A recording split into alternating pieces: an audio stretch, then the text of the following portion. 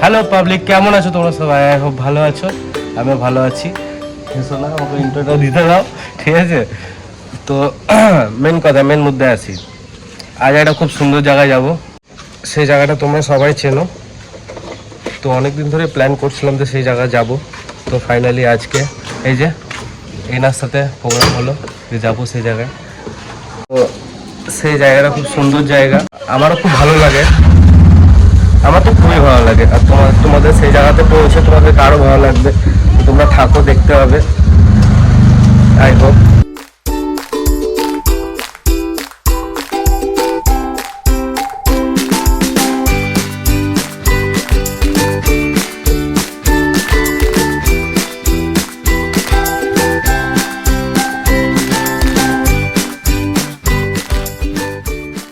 আমাদেরকে সেই জায়গা যাওয়ার জন্য এই দেখো,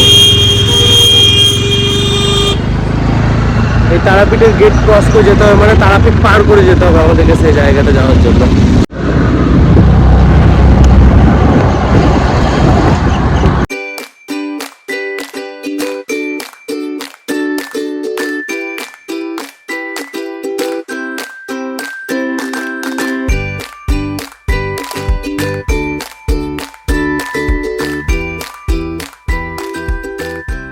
তাহলে তোমরা বুঝতে পারলে কোথায় এসছি। এত সুন্দর লাগে না আমার এই জায়গাটা।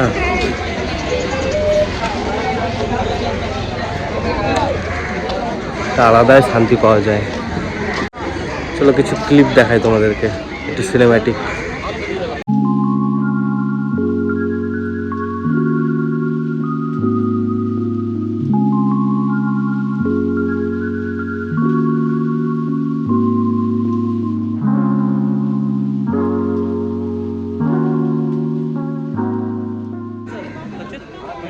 আলাদা একটা অনুভূতি, আলাদা অনুভূতি সত্যি।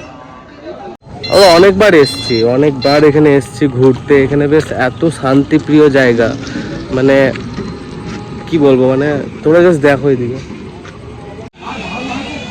একটা তোমাদেরকে হেভি জিনিস দেখাবো, মানে পুরো মাইন্ড বুম করা। জুতোটা খুলি, এই দেখতে পাচ্ছ এই পুকুরের মধ্যে ত্রিশূল রাখা আছে, এটা আসলে মন্দির।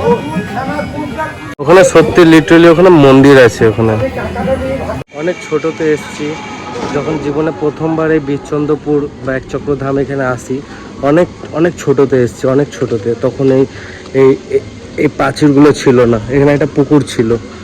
তো পুরোটাই গাছ ছিল, এত ডেভেলপ ছিল না। এখন অনেক ডেভেলপ হয়ে গেছে।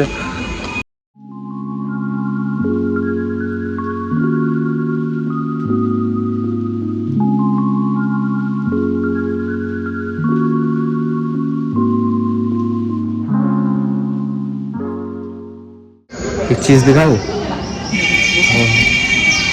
চাঁদ মামা। এই জায়গাটাতে একটু লাইট থাকতো তো আমি দেখাতে পারতাম তোমাদেরকে। কি শান্তি। এইটা হচ্ছে 5 পাণ্ডবে যখন যুদ্ধ শেষ হয়েছিল তখন ওরা এখানে চলে এসেছিল।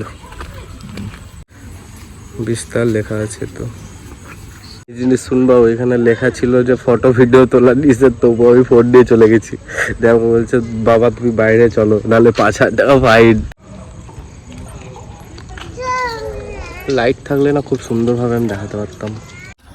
টোটাল 3টে জায়গা কভার করেছি। একটা হলো তোমার ওই বীরচন্দ্রপুর ঢোকার আগে তোমার স্কনটা, তারপর ওই পুকুরের ভেতরে যে মন্দিরটা ছিল, মন্দিরটা তোমাদেরকে দেখালাম, ওইটা একটা। আর এইটার কাহিনীটা অনেক বড় আছে, কেননা মহাভারতের পর 5 পাণ্ডব এখানে চলে এসেছিল। তো এর পিছনে অনেক কাহিনী আছে, সেগুলো আমার অজানা। টাটা, আমাদের ঘোরা হয়ে গেল। হলো তো ঘোরা।